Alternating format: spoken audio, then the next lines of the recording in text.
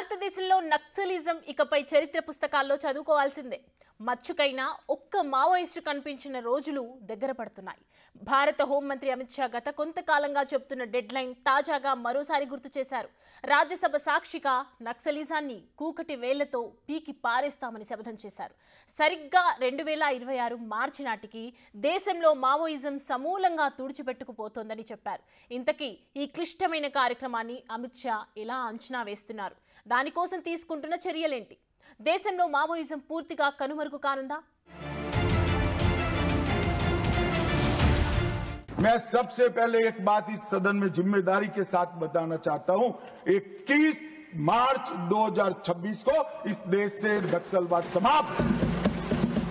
చూసారుగా భారత హోంమంత్రి అమిత్ షా ఎంత కాన్ఫిడెంట్ గా శపథం చేశారు.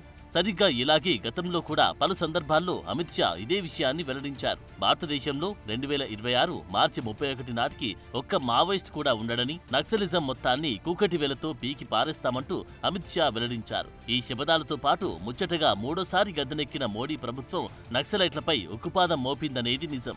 దీన్ని బట్టి చూస్తే 5 దశాబ్దాల నక్సల్ ఉద్యమం త్వరలోనే చరిత్ర పుస్తకాలకు పరిమితం కానుందనే అభిప్రాయాలు వస్తున్నాయి. అమిత్ షా వ్యాఖ్యలతో భారతదేశంలో మావోయిస్టుల నక్సలిజానికి కాలం చెల్లినట్లే అనుకోవాలి. ఈ క్రమంలోని మావోయిజం అంతానికి 2026 డెడ్ లైన్ పెట్టుకుని ఆపరేషన్ గ్రీన్ హంట్ లో వేగం పెంచింది కేంద్ర ప్రభుత్వం. ఇటీవల ఛత్తీస్గఢ్ ఎన్కౌంటర్లో భారీ సంఖ్యలో మావోయిస్టులను మట్టుబెట్టారు. నక్సలిజం అంతంలో ఇదొక పెద్ద మైలురాయిగా పేర్కొంటున్నారు.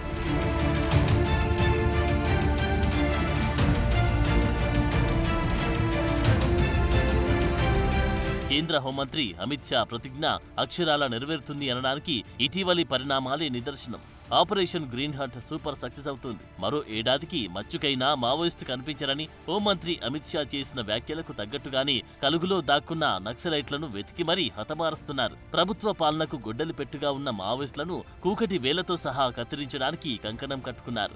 అమిత్ షా గతేడాది చివర్లో ఛత్తీస్గఢ్ లో 2 రోజుల పర్యటనకు వెళ్లారు. ఈ పర్యటన ప్రధాన ఉద్దేశం మావోయిజాన్ని అంతం చేయడం గురించి మాట్లాడమే. ఛత్తీస్గఢ్ మాత్రమే కాదు, మావోయిజం ప్రభావం ఉన్న పరిసర ప్రాంతాల రాష్ట్రాధికారులతో సహా వరుస సమావేశాలు నిర్వహించి చర్చించారు. అన్ని సమావేశాలు ముగిసిన తర్వాత చివరగా నిర్వహించిన విలేకరుల సమావేశంలో కేవలం దండకారణ్య, బస్తర్, ఛత్తీస్గఢ్ల నుండి మాత్రమే కాకుండా మొత్తం దేశవ్యాప్తంగానే మావోయిజాన్ని నిర్మూలిస్తామని చెబుతూ అందుకు తేదీ వెల్లడించారు. 2026 మార్చి నాటికి దేశంలో నక్సలిజం మాయమవుతుందని అమిత్ షా అప్పుడే చెప్పారు. తాజాగా ఛత్తీస్గఢ్ లో జరిగిన 2 ఎన్కౌంటర్లలో 30 మంది మావోయిస్టులు, 1 జవాన్ మృతి చెందారు. ఛత్తీస్గఢ్ లోని బస్తర్ ప్రాంతంలో మార్చి 20న జరిగిన 2 వేర్వేరు ఎన్కౌంటర్లలో భద్రతా దళాలు 30 మంది మావోయిస్టులను కాల్చి చంపాయని పోలీసులు తెలిపారు. ఇందులో ఒక డిస్ట్రిక్ట్ రిజర్వ్ గార్డ్ జవాన్ కూడా మరణించారు. దీంతో ఈ సంవత్సరం మొదటి 3 నెలల్లో రాష్ట్రంలో మరణించిన మొత్తం మావోయిస్టుల సంఖ్య 113కు చేరుకుంది. ఇందులో బస్తర్ ప్రాంతంలో మాత్రమే 97 మంది ఉన్నారు. గత ఏడాది ఇదే సమయంలో రాష్ట్రంలో మరణించిన మావోయిస్టుల సంఖ్య 29 కాగా 2023లో మొత్తం 23 మంది మావోయిస్టులు మరణించారు. ఇక తాజా ఎన్కౌంటర్లలో బీజాపూర్ జిల్లాలో 26 మంది మావోయిస్టులు, కాంకేర్లో 4 మావోయిస్టులు మరణించారు. ఇక ఈ ఎన్కౌంటర్ పై బస్తర్ రేంజ్ ఐజీపీ సూర్యరాజ్ మాట్లాడుతూ ఈ పెద్ద ఎన్కౌంటర్ బీజాపూర్లోని గంగలూరులో జరిగిందని వెల్లడించారు. మార్చి 3న ఈ ప్రాంతంలో కాల్పులు జరిపిన మావోయిస్టు కమాండర్ దినేష్ మోడియం లొంగిపోయిన తర్వాత గంగలూరులో ఇది మొదటి ప్రధాన ఆపరేషన్. కేవలం 80 రోజుల్లోనే ఛత్తీస్గఢ్ లో 113 మంది మావోయిస్టులను భద్రతా దళాలు హతమార్చాయి. వారిలో 91 మంది బీజాపూర్లో ఉన్నారు. గత సంవత్సరం బస్తర్ డివిజన్ లో 287 మంది మావోయిస్టులను మట్టుబెట్టారు. కేంద్ర హోంమంత్రి అమిత్ షా ఈ సందర్భంగా భద్రతా దళాల ధైర్య సాహసాలను ప్రశంసించారు. నక్సల్ ఫ్రీ ఇండియా క్యాంపెయిన్ దిశలో మన సైనికులు మరో పెద్ద విజయాన్ని సాధించినట్లు పేర్కొన్నారు. ఛత్తీస్గఢ్ లోని బీజాపూర్, కాంకర్లలో మన భద్రతా దళాలు చేసిన 2 ఆపరేషన్లలో చాలా మంది నక్సల్స్ హతమయ్యారని వెల్లడించారు. మోడీ ప్రభుత్వం నక్సల్స్ పై క్రూరమైన దాడితో ముందుకు సాగుతుందని, లొంగిపోవడానికి, జనజీవన స్రవంతిలో చేరడానికి పలు సౌకర్యాలు ఇస్తున్నప్పటికీ లొంగిపోవడానికి నిరాకరించే నక్సల్స్ పై జీరో టాలరెన్స్ విధానాన్ని అవలంబిస్తుందని హెచ్చరించారు. వచ్చే ఏడాది మార్చి 31 నాటికి దేశం నక్సల్ ఫ్రీగా మారనుందని ప్రకటించారు. దండకారణ్యంలో మావోయిస్టులకు వరుస ఎదురుదెబ్బలు తగులుతున్నాయి. అమిత్ షా ప్రతిజ్ఞ నెరవేరే వరకు ఇవి ఇలాగే కొనసాగుతాయనడంలో ఎలాంటి సందేహం లేదు. ఈ లెక్కల్ని మంత్రి షానే రాజ్యసభ సాక్షిగా వెల్లడించారు. ఛత్తీస్గఢ్లో బీజేపీ ప్రభుత్వం వస్తే మావోయిస్టులను ఏరి పారేస్తామని గతంలో చేసిన శపథాన్ని అక్షరాల నెరవేరుస్తోంది కేంద్ర హోంశాఖ. అయితే ఇది కేవలం ప్రభుత్వం చేపట్టిన చర్యతోనే సాధ్యమవుతోందా, లేదంటే ప్రభుత్వ చర్యలతో పాటు నక్సలిజం కూడా సన్నగిలుతోందా?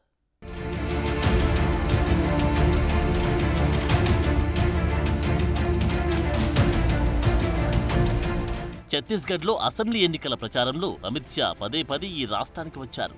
ఎన్నికల ప్రచారంలో ఆయన ఈ విషయాన్ని తరచూ ప్రస్తావించారు. ఛత్తీస్గఢ్లో బీజేపీ ప్రభుత్వం ఏర్పడితే ఛత్తీస్గఢ్లో అతిపెద్ద సమస్యగా భావించి మావోయిజాన్ని ఎక్కువ కాలం కొనసాగించనివ్వబోమని అన్నారు.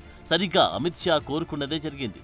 ఛత్తీస్గఢ్లో ప్రభుత్వం మారింది. ప్రభుత్వం మారిన తర్వాత ఛత్తీస్గఢ్లో మావోయిస్టులపై ప్రభుత్వ కార్యాచరణ ప్రణాళిక మొదలైంది. ప్రభుత్వం ముందెన్నడూ ప్రవేశించలేని అబుజ్మాడ్లోని అటవీ ప్రాంతాల్లో కూడా ఎన్కౌంటర్లు నిరంతరం జరుగుతున్నాయి. నక్సలైట్ల శవాల లెక్కలు నిరంతరం పెరుగుతూనే ఉన్నాయి. గతేడాది 8 నెలల్లో ప్రభుత్వం సాధించిన విజయాల సంఖ్య 150 దాటిందని ఛత్తీస్గఢ్ ప్రభుత్వం కేంద్ర ప్రభుత్వానికి రిపోర్టు పంపింది. వీరంతా భద్రతా దళాల కాల్పుల్లో మరణించారు. లొంగిపోయిన వారి సంఖ్య, అరెస్టుల సంఖ్య కూడా చాలా ఎక్కువగా ఉంది. అన్ని గణాంకాలను అమిత్ షా తాజాగా రాజ్యసభలో వెల్లడించారు. వాటి ఆధారంగా 2026 నాటికి మావోయిజం ఎలా నిర్మూలించబడుతుందో అమిత్ షా వివరించారు. కేంద్రంలో బీజేపీ అధికారంలోకి వచ్చిన తర్వాత మావోయిస్టుల నుంచి ఎదురవుతున్న శాంతి భద్రతల సమస్యలు పరిష్కరించడం పట్ల ప్రత్యేక దృష్టి సారిస్తోంది. దాంతో మావోయిస్టు ప్రభావం గల ప్రాంతాలు గణనీయంగా తగ్గుతూ వస్తున్నాయి. కేవలం గడిచిన 5 ఏళ్ల కాలంలో జరిగిన వివిధ ఎన్కౌంటర్లలో దాదాపు 400 మంది మావోయిస్టులు మృతి చెందారు. 2019 నుంచి 2024 ఏప్రిల్ 2వ తేదీ వరకు దేశంలో మావోయిస్టులు 248 మంది మృతి చెందినట్లు లెక్కలు చెబుతున్నాయి. గత 5 ఏళ్లలో సుమారుగా 1700 మందికి పైగా మావోయిస్టులు అరెస్ట్ అయ్యారు. ఇక మావోయిస్టులకు భద్రతా సిబ్బందికి జరిగిన ఎదురు కాల్పుల్లో సుమారు 140 మంది దాకా భద్రతా సిబ్బంది మృతి చెందారు. మావోయిస్టులకు భద్రతా సిబ్బందికి మధ్య జరిగిన కాల్పుల వల్ల గత 5 ఏళ్లలో సుమారుగా 200 మందికి పైగా పౌరులు చనిపోయారు. ఇక మొత్తంగా చూసుకుంటే ఇప్పటి వరకు 17,000 మంది నక్సలైట్లు బలయ్యారు. 2004 నుంచి 2014 మధ్యకాలంతో పోలిస్తే 2014 నుంచి 2024 మధ్యకాలంలో నక్సల్స్ కు సంబంధించిన ఘటనల్లో 53% తగ్గుదల నమోదైనట్లు తెలుస్తోంది. అయితే నక్సలిజాన్ని పూర్తిగా నాశనం చేసే వరకు ఈ ఎన్కౌంటర్లు ఇలాగే కొనసాగుతాయని అనడానికి కేంద్ర మంత్రి అమిత్ షా మాటలే సాక్ష్యం. మావోయిస్టు వ్యతిరేక కార్యకలాపాలను ఇటీవల కాలంలో కేంద్ర హోంశాఖ తీవ్రతరం చేస్తోంది. మావోయిస్టులను పూర్తిగా అణచివేసేందుకు చర్యలు చేపట్టింది. ఇందులో భాగంగా ఆపరేషన్ ప్రహార్, ఆపరేషన్ అబుజ్మడ్లను నిర్వహిస్తోంది. మావోయిస్టు పార్టీకి చెందిన కేంద్ర కమిటీకి చెందిన నాయకులు అందరూ కూడా ఉండి స్థావరాలే టార్గెట్ గా చేసుకున్నాయి. కీలక నేతలు వివిధ రాష్ట్రాల బాధ్యులను కట్టడి చేసేందుకు ఈ ప్లాన్లు చేస్తున్నారు. ముఖ్యంగా అబుజ్మడ్ ప్రాంతంలో సుమారు 300 మంది మావోయిస్టులు ఉంటారని గతంలో నిఘా వర్గాలు చెబుతూ వచ్చాయి. దీంతో అబుజ్మడ్ కేంద్రంగా బాధ్యతలు నిర్వహిస్తున్న మావోయిస్టులపై కేంద్ర బలగాలు గురిపెట్టాయని సమాచారం. కాగా అబుజ్మడ్ ప్రాంతాన్ని భద్రతా బలగాలు చుట్టుముడుతున్నాయి. ఛత్తీస్గఢ్లో అధికార మార్పిడి అనంతరం రాష్ట్ర ప్రభుత్వ సహకారంతో కేంద్రం దండకారణ్యంలో భారీగా బలగాలు మోహరిస్తోంది. అబుజ్మడ్ దండకారణ్యాన్ని BSF, Cobra, DRG, ITBP, CRPF కు చెందిన 10,000 మందికి పైగా భద్రతా సిబ్బంది చుట్టుముట్టారు. మరోవైపు మావోయిస్టులు తప్పించుకోకుండా ఛత్తీస్గఢ్ కు సరిహద్దుల్లో ఉన్న రాష్ట్రాల భద్రతా బలగాలను, ఇంటెలిజెన్స్ వర్గాలను కేంద్ర హోంశాఖ అప్రమత్తం చేసింది.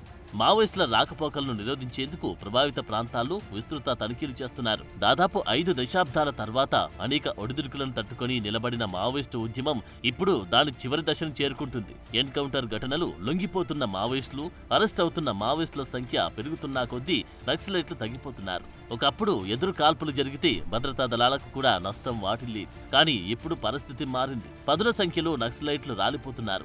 భద్రతా దళాల దాడుల్లో ఆధునిక పరికరాలు వాడుతున్నారు. ఒకవైపు నక్సలైట్లకు టెక్నాలజీ దూరమవుతుంటే భద్రతా బలగాలకు సౌకర్యాలు అందుబాటులోకి వస్తున్నాయి. అడవులు తగ్గుతున్న కొద్దీ మావోయిస్టులకు స్థావరాలు తగ్గుతూ వస్తున్నాయి. పర్యావరణ పరిరక్షణ, పర్యాటకం పేరుతో కారడవుల్లోనూ కాటేజీలు వస్తున్నాయి. మరోవైపు రాను రాను నక్సలైట్ల సంఖ్య తగ్గుతూ ఉంటే ఉద్యమంలో 1990ల మధ్యకాలం నుండి కొత్త రిక్రూట్మెంట్లు జరగట్లేదు. మావోయిస్టు భావజాలానికి ప్రత్యేకించి ఆంధ్రప్రదేశ్, తెలంగాణలోని విద్యార్థుల్లో ఎవరూ లేరు.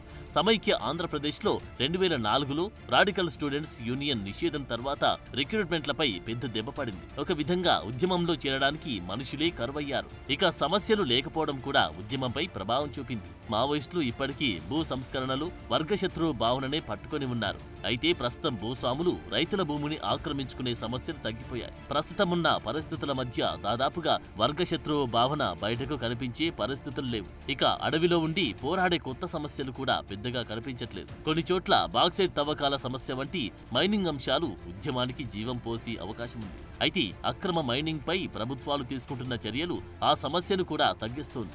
ఇక ప్రధాన స్రవంతిలో పోరాటం చేస్తున్న వారు కూడా చట్టరీత్యా చాలా సమస్యలు పరిష్కరించడానికి పనిచేస్తున్నారు. ఏది ఏమైనప్పటికీ మావోయిస్టు ఉద్యమానికి కాలం చెల్లింది. నానాటికి పెరుగుతున్న లొంగుబాట్లతో శాంతి చర్చలు చేసే పరిస్థితి కూడా లేదు. బూటకమైన నాటకమైన అది ప్రజాస్వామ్యబద్ధంగానే జరుగుతుంది. అందులో నుండి సమస్యలను పరిష్కరించాలి తప్ప అడవుల్లో ఇక స్థానం లేదన్నది స్పష్టంగా కనిపిస్తోంది.